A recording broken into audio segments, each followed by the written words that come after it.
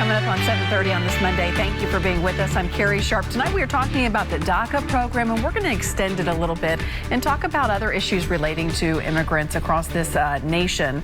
And I have Judith Clerijune here with me from TIRRC. And Judith, thank you again for joining us. We've spent a good amount of time talking about DACA and a need for good immigration legislation in this country, something that Congress has the opportunity to address right now. And we will wait and see what happens there. I know you're not waiting and seeing, you are doing.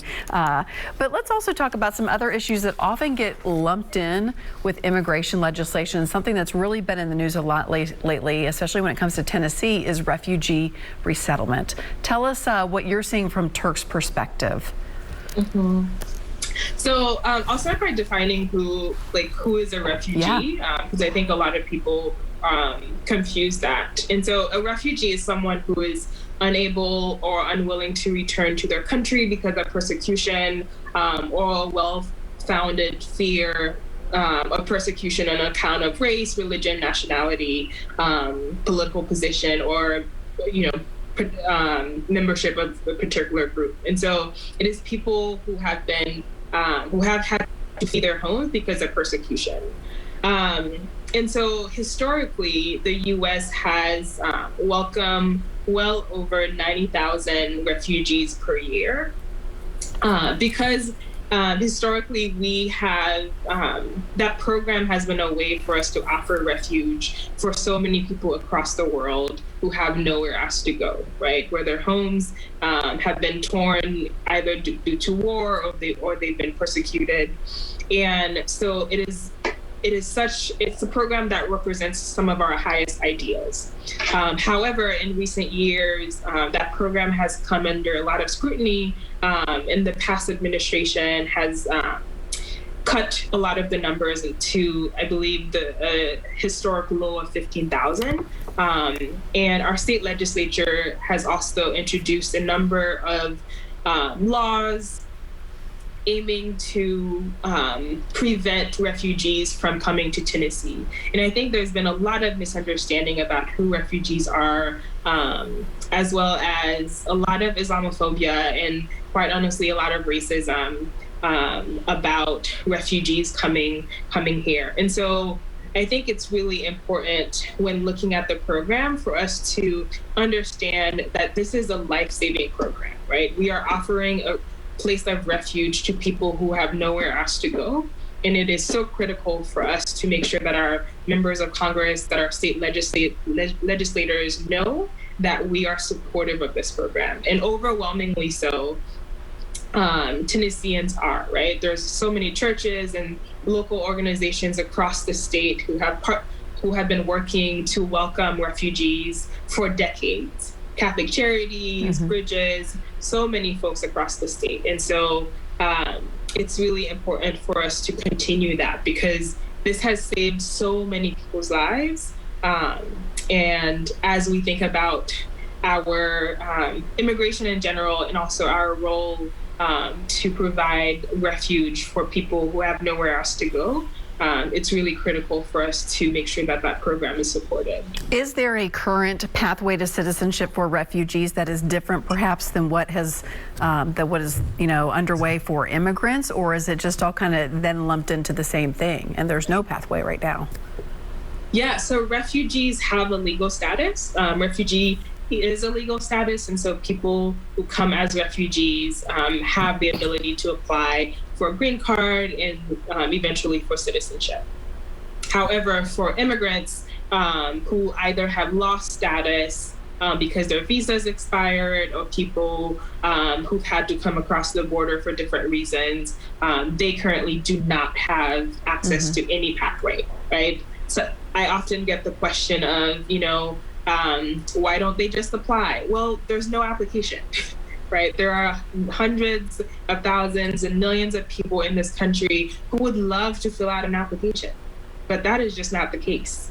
And I think that's why we're calling on Congress to take action so that they can create a pathway for people. You know, that's such a fair question and such a great answer, because it really does boil down to the foundation of this problem, which is where we started 30 minutes ago with, you know, we get so in the weeds and so in this tug of war that sometimes we just miss the very basics. There's no application to fill out.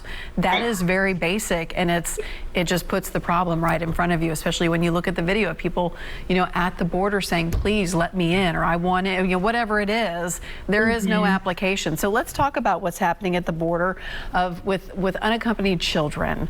Again, children have been pulled into this debate. From TIRRC's point of view, what is the best policy here? What needs to happen? What should happen?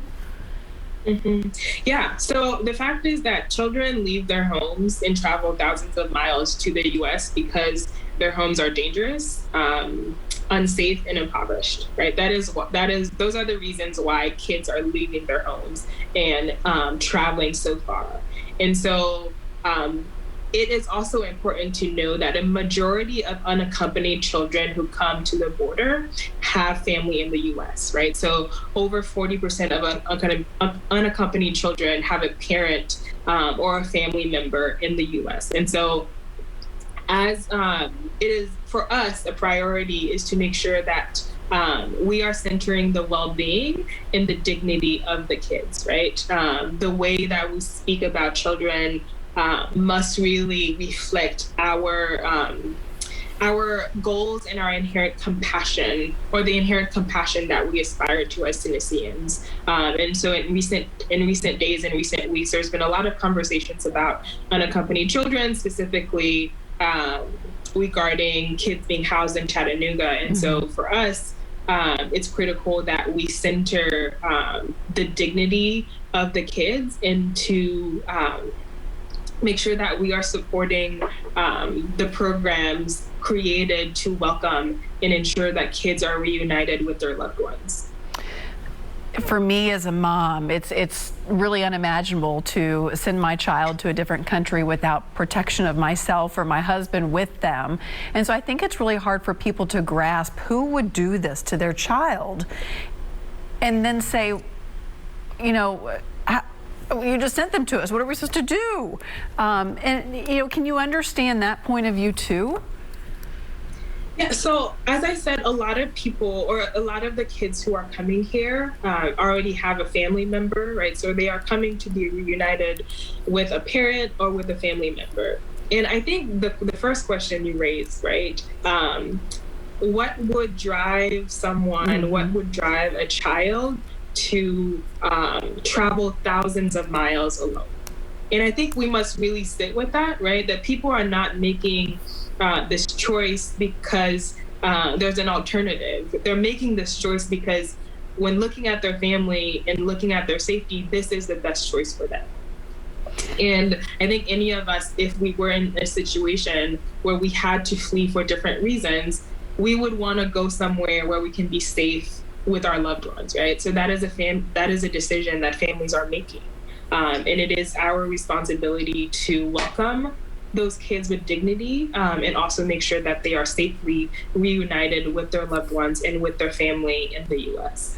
Can you tell us more about what is happening at the Chattanooga Center where these children are being housed? Are these programs being implemented? Are there efforts being made, true efforts being made to find family members, to find relatives of these children? Are they being treated humanely? So I can't speak specifically to the Chattanooga shelter.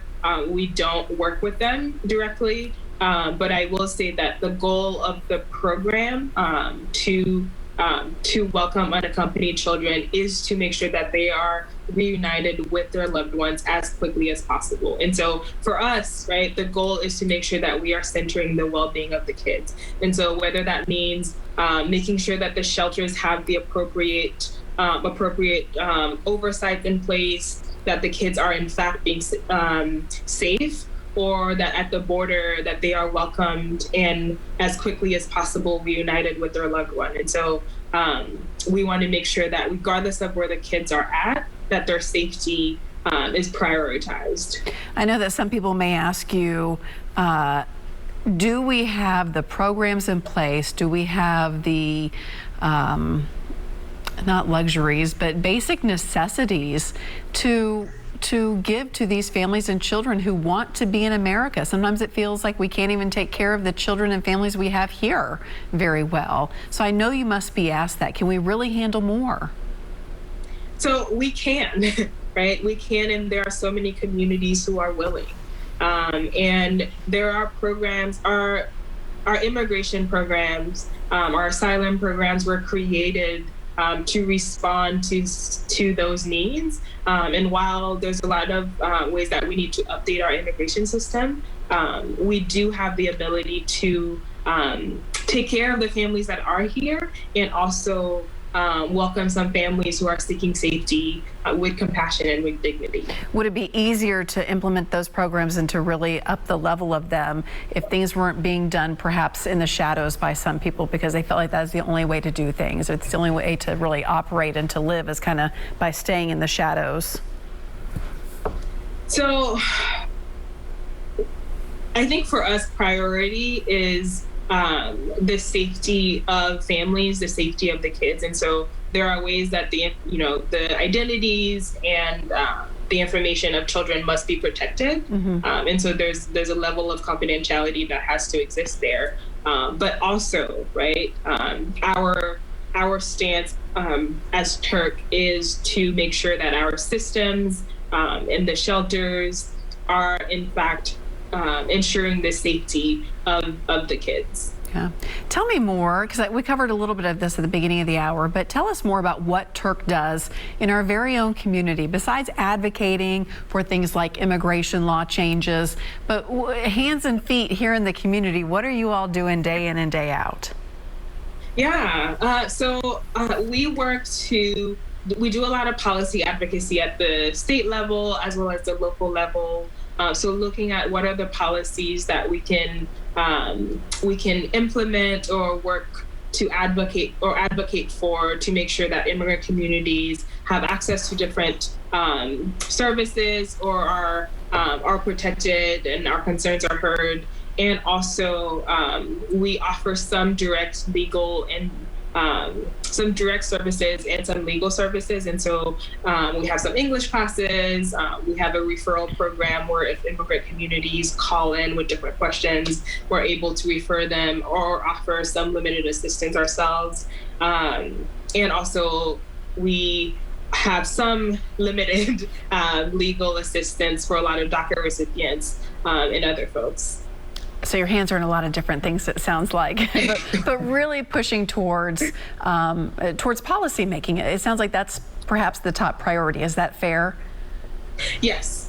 Our goal is so through policy advocacy and civic engagement, we want to make sure that Tennessee is a place that where, regardless of where you were born, right, regardless of your immigration status, you are able to live here and you are able to thrive. And so we want to make sure that immigrant communities are empowered, that our voices, our concerns are uplifted, and our elected officials know that we are here. We are also their constituents.